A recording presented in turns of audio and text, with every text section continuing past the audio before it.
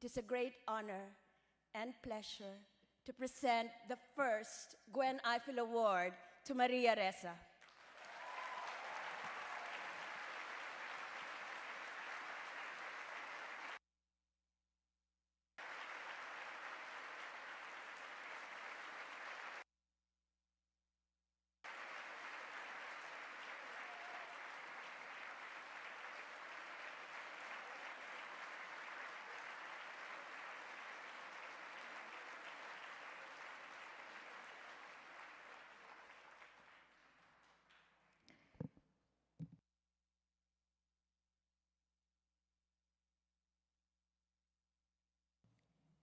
Sheila's my friend.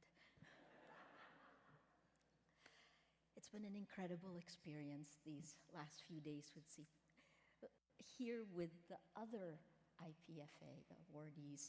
It's an incredible honor to be here tonight, and also incredibly humbling.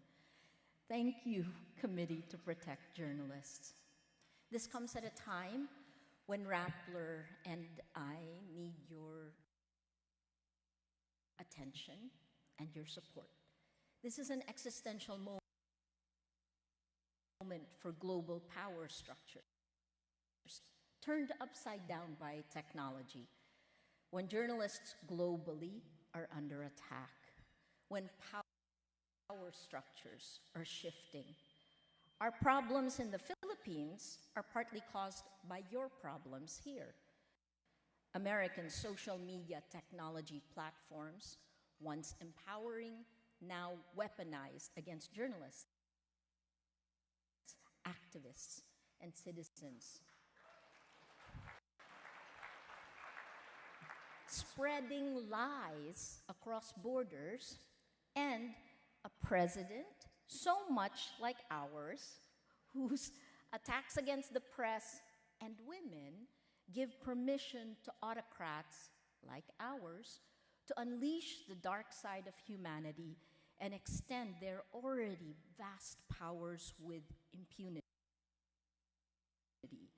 especially in countries where institutions have crumbled. We at Rappler fight impunity on these two fronts: the Philippine government and Facebook, which is essentially our internet. Both seed violence, fear, and lies that poison our democracy. Those lies on social media, seeded on social media, they form the basis of the government's legal cases against us. They were planted and seeded a year before they erupted and the cases were filed. This latest tax evasion case reclassifies Rappler as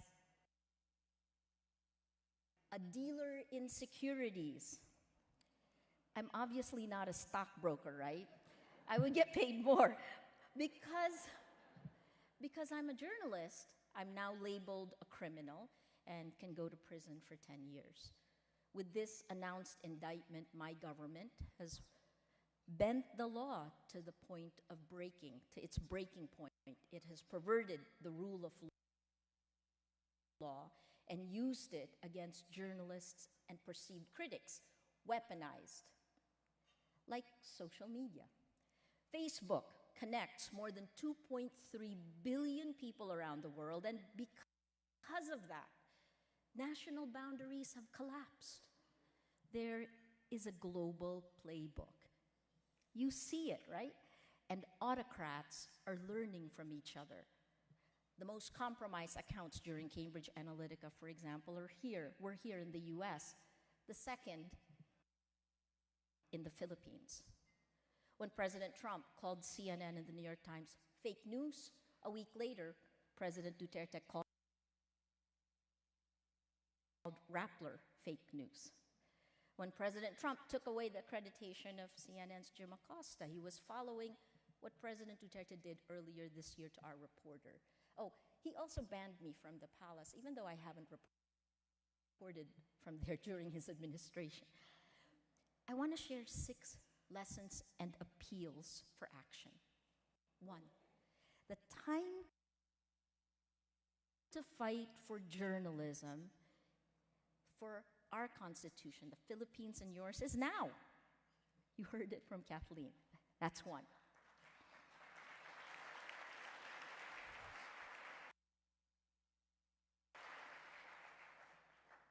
Two, don't stay quiet when you are attacked.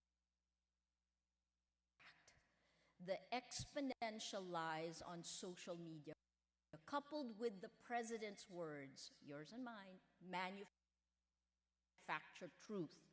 Silence is consent.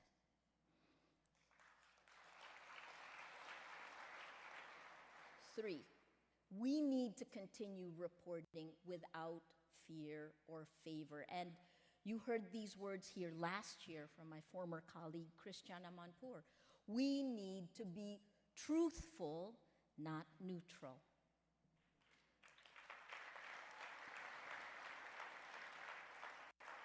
Four, we need to build global alliances because information is the currency of power, now manipulated by global players. You have the Mueller investigation here. Well, if Russia is doing B2C, China is doing B2B. You know what I mean by that? Startups. Check out Freedom House's report released this month, which shows how China is exporting its digital authoritarianism to other countries. It's happening. Five, we need to hold tech platforms to account.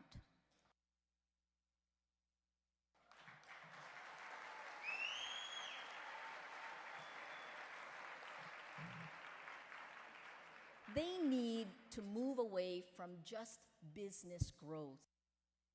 They are now the world's largest distributor of news. They've taken that power away from us. So they have to take on the responsibilities journalists once had as gatekeepers.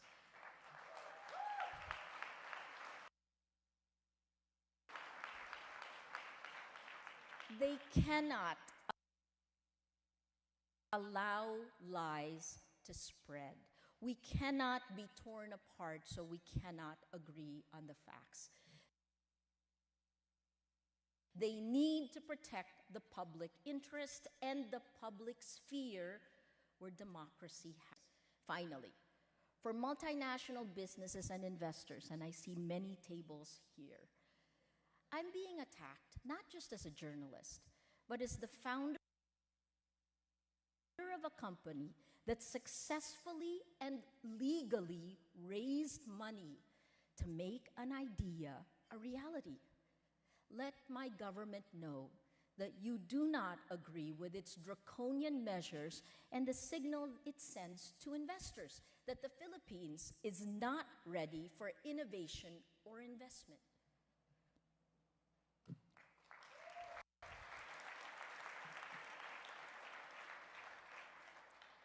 For each of us in this room, it's about values and principles. Our mission as journalists, it's very clear. Patricia Evangelista, who dedicated her life the past 2 years to the drug war and our impunity series, the drug war that has killed thousands to tens of thousands. She's here. I want to ask her to stand up. Patricia, please stand up.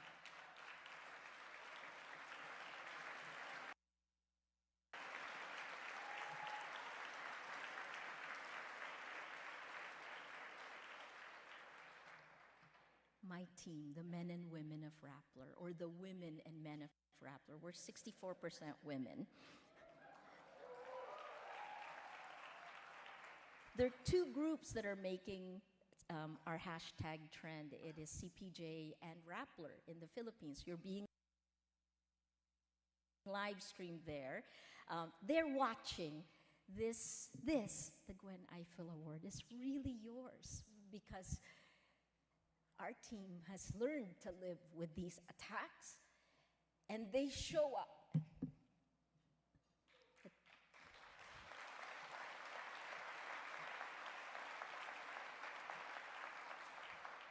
they show up every day to fight back. This award is for them. You don't really know who you are until you're forced to fight to defend it, right? Until you're forced to fight. Then every battle you win or lose, every compromise you choose to make or to walk away from, all these struggles define the values you live by and ultimately who you are. We at Rappler decided that when we look back at this moment a decade from now, we will have done everything we could. We did not duck. We did not hide. We are Rappler, and we will hold the line. Thank you.